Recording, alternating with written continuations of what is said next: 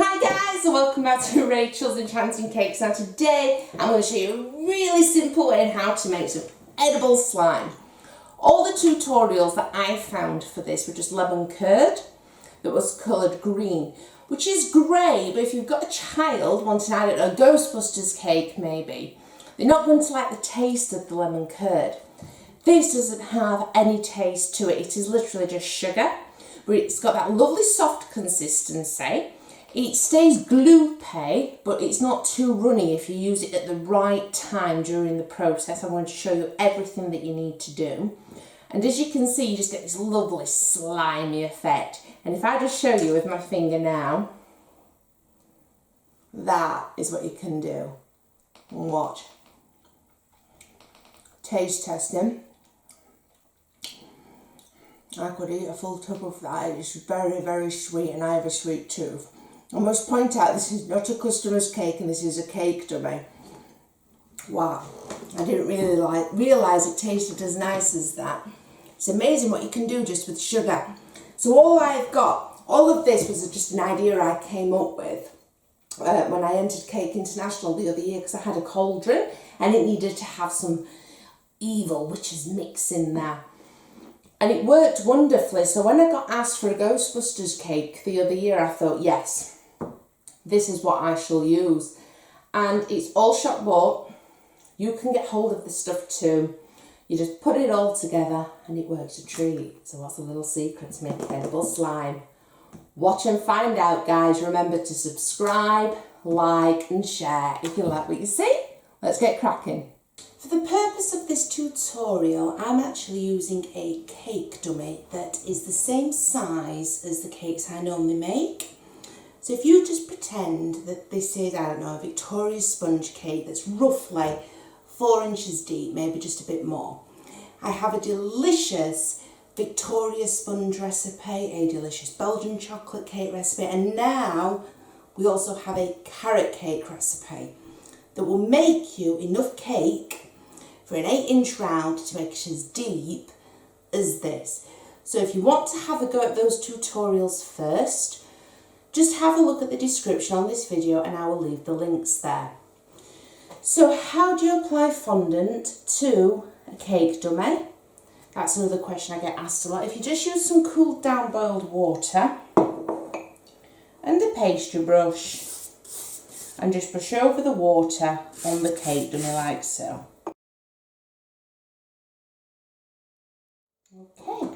Now you'll also notice that I've actually placed this cake dummy on a cake board, a 12-inch round cake board, and also on some baking parchment, and that's because I still want this fondant to have the chance to set, so I can lift this up and place it onto my decorated cake drum before we add that amazing, extremely simple edible slime.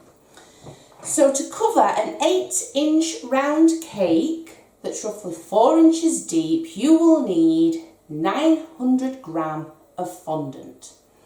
I'm choosing to use a nice lime green colour for this.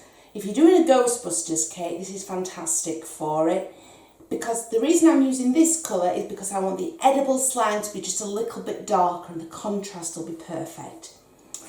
If you've never watched any of my tutorials before, this has been rolled in between what's called spacers.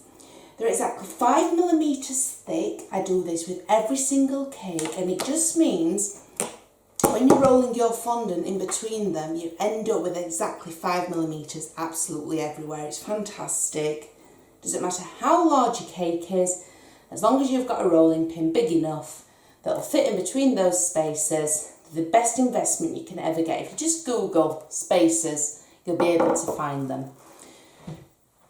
Like always, when we're covering a cake, I've got some smoothers and a knife just to cut off the excess fondant.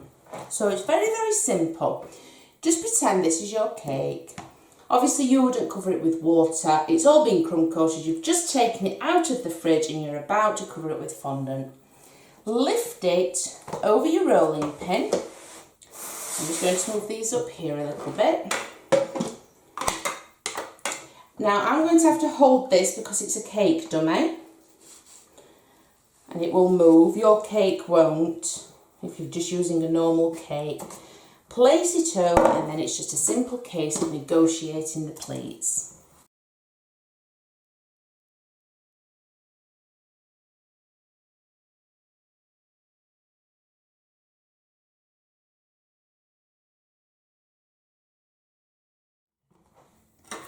Then, taking both of your smoothers, simply go around the base of the cake.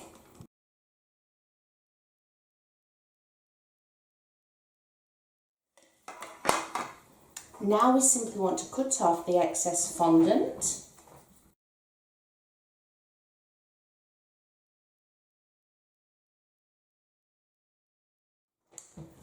Perfect.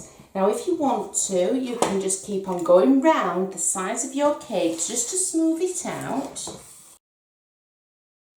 Excellent. And now we're going to get on to the next step, covering the cake drum. We're just going to leave everything to set, and then I'm going to show you how to make that very simple but amazing edible slime. To cover the cake drum, you're going to need 750 gram of the fondant of your colour choice. Again, I've used my spacers to roll it in between. If I just pick up this 12-inch round cake drum, you can see when I place it over the top, that's a good idea when you know you've got enough. Now, to stick the fondant to the cake drum, again, just some cooled down boiled water. I keep on saying this even though it's only a dummy cake, because in principle, when you're doing this for a customer, hygiene reasons, this is what you need to do. And just place some water generously onto the drum, like so. Smooth that out of the way. Again, using your rolling pin, just pick up the fondant and place it over your drum. That's lovely. I'm just going to move these guys out of the way. And again, I've got my smoother, my knife. I'm just going to smooth it out now. Using my knife, I'm now going to trim off this excess fondant. And now I want to smooth this out. Simple as that. Now before I leave this overnight to set, I would recommend you also do that if you're just doing a normal cake, even if it's not a cake dummy, because it just means that this fondant will go hard. You're less likely to get finger marks in there when you're placing the cake directly on. I like to use a guide. So this is the base from one of my loose based cake tins, and it's 8-inch round. And I want to place my cake bang in the centre of here.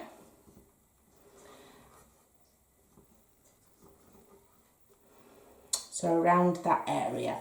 And once you're happy with where you've placed, you can use a board if you want. Just get your knife and just go round there.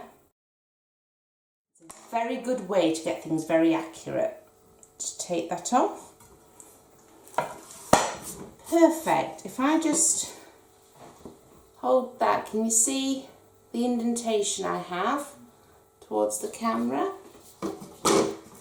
So I'm going to leave this overnight. I'm going to show you how I would add the cake to this once you've taken the cake directly out of the fridge. And then we're going to add the slime.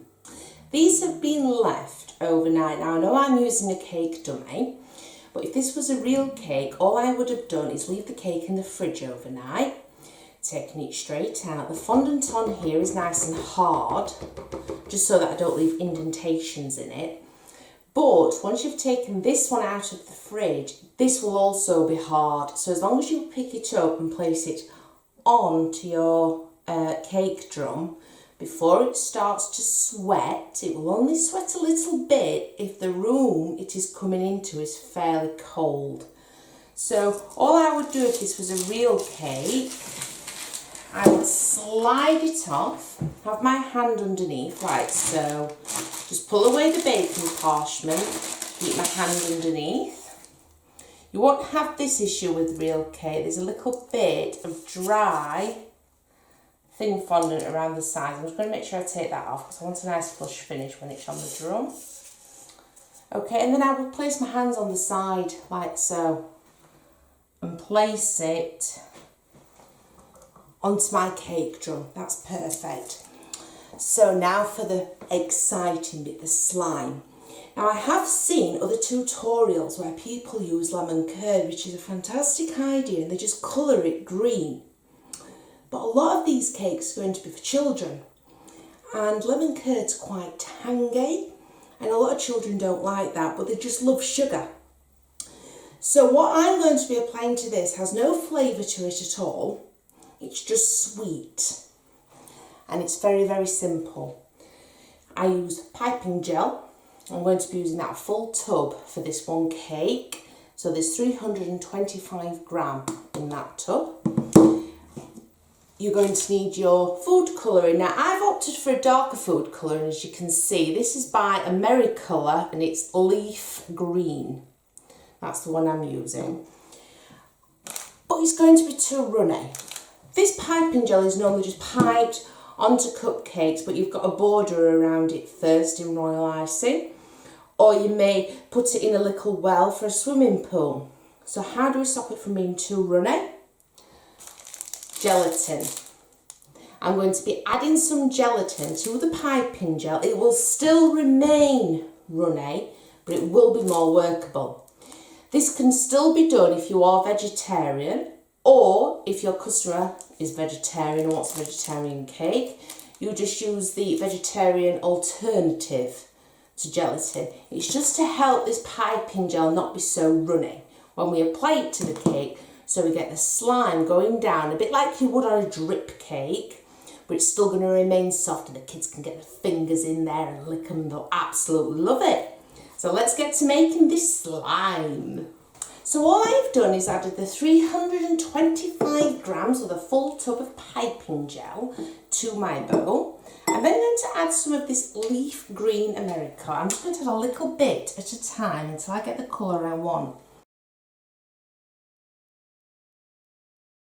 Sugar on sugar, then you've got your delicious cake inside. So if you've got a chocolate cake in there, this will not affect the taste of that chocolate cake, or the Victoria sponge, or the carrot cake. If you've got a lemon cake inside, then colour some lemon curd. But a lot of children do not like that. And let's face it, most of these slime cakes are going to be on a Ghostbusters theme, especially due to the new movie. All I'm going to do now, I think I'm quite happy with that colour. I will warn you, this piping gel is very, very sticky. I'm just going, if you've watched my fondant tutorial, I've got 4 tablespoons.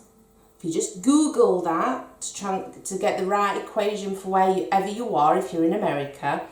And I'm going to sprinkle this evenly over my piping gel. Now, I entered Cake International in 2016 and I had a witch who had a cauldron. And I actually used this method for what I used inside the cauldron. But over time, that went nice and hard, a bit like the edible bubbles do. Because this is going to be going onto a cake, I have used it before and it does stay nice and soft, but you've got to bear in mind you've got your fondant and your cake underneath and all that moisture. It takes an awful lot for this gelatin to actually set, so it won't. You make this cake, even if it's 4 days before it's due, you'll still be able to do that with your fingers. The kids absolutely love the stuff. I'm just going to mix this in, and then I'm going to leave it for about 5 minutes once it's all mixed in. What I shall do after that is place it in the microwave. Now I like to do it on 30-second intervals until it goes really, really runny. Once it's really runny, I'm going to place it in this piping bag. As you can see, I'm not using any tape. I'm just going to cut off the end. And then we're just going to leave it in the piping bag just to go cool again. Not completely cool, we still need it to be able to ooze nicely down those sides. But cool enough so that we just don't end up with a massive mess, because if it's too warm, it's going to be too runny. So I have my slime in the bag. I have left it for about 15 minutes and speeded up the process by adding it to the fridge. This will go everywhere. This is why I have some kitchen roll just here. Just chop off the end of the bag like so, like you would with the drip cake. And then take your time, and I'm just going to do a slime there. Come across. Because we don't want long slimes everywhere. We want it to go down to the bottom. But in some places, if you want just a little bit more, just give it an extra squeeze, just like I did on the drip cake with the chocolate.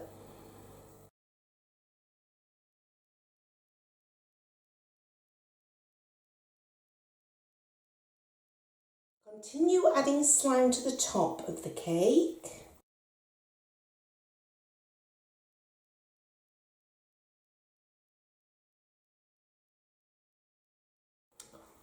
Perfect. Really simple edible slime. It tastes just like sugar, so it goes really well with the fondant, as the fondant has no taste to it. This can be used on any flavoured cake, which is why I thought it would be good to come up with an alternative to the lemon curd. And if I just lift this up a little bit more, as you can see, it drips down the sides, but because it's got that little bit to set, it doesn't drip all the way down, and you get a full-on slime-like feel to it all. Absolutely stunning. It stays lovely and glossy. And then you don't need any glue. I decorated a fantastic Ghostbusters cake with this, and I just simply added all the fondant accents on there. So I've hoped I have helped show you something just a little bit different today. This is the easy way to make the edible slime. If you want to give lemon curd a go, then go for it, but I find this is the best and the kids absolutely love it. Happy baking, guys, and I will be back soon with more helpful tutorials.